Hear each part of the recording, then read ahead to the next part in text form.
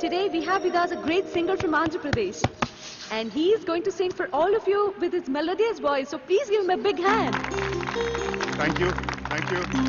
Dear visitors, yes, I'm proud that I'm from Andhra Pradesh, a rich land with various culture and fine arts.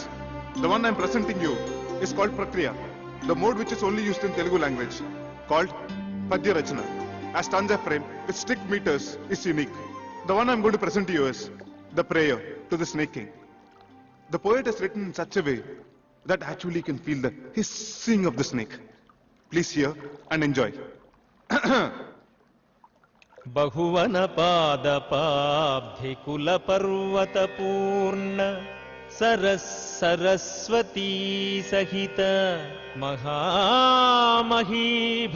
मजस्र सहस्र फणालिदाल्ची दुस्सहतर मूर्ति किंजलधि सायिकी bike सेय्येन అయ్యహిపతి దుష్కృతాంతకుడనంతుడు మాకు ప్రసన్నుడయ్యడు.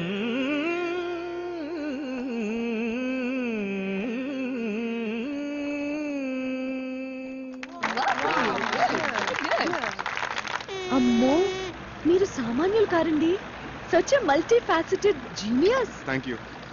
ఆ పద్యం ఎంత బాగా పాడారండి. అసలు నా స్ట్రాంగ్ పాయింట్ అవన్నీ కాదండి, జానపదం. అదేం పాట? అది సంగీతమేనా? సంగీతం అంటే వన్ వే సూపర్ ఎస్.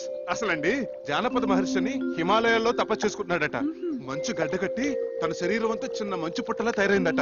ఆ చలి భరించలేక ఆకారాలతో ఊకారాలతో జాగ్రత్తండి. Thank you. ఎక్కడున్నాను? ఇక్కడే. ఆలపించాడట. ఆ గాన మహిమకి తన చుట్టూ ఉన్న మంచంతా కరిగిపోయి ఊరాట కలిగిందట. ఆ జానపద మహర్షి ఆలాపనామృతమే జానపద సంగీతమైంది. ఆయన స్ఫూర్తితోనే మొక్కజొన్న తోటలో ముసిరిన చీకట్లో మొక్కజొన్న తోటలో నోమన్నలాలు ఇలా ఎన్నో శంకాలుగా పుంకాలుగా ఏరులై వారులై జారులై పిల్ల కాలవలై నీటి దారలై పారింది. అందుకే అన్నారు ఉత్తమస్య సకల సంగీత పరమోత్కృష్టస్య జానపద గీత గానః. నేను కదా కొట్టాల్సింది. నువ్వు కొట్టుకుంటే కొట్టుకో, నేను ఆపను. ఇంత అర్థమయ్యేటట్టు చెప్పాక ఊరుకోలేరు. భలే పాడారండి.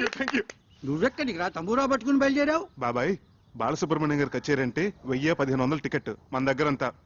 అందుకే ఈ తంబోర మార్గం పట్టుకుని కచేరీకి వెళ్తున్నాను. ఓకే, నువ్వు ఈ విషయం ఎవరికి చెప్పండి.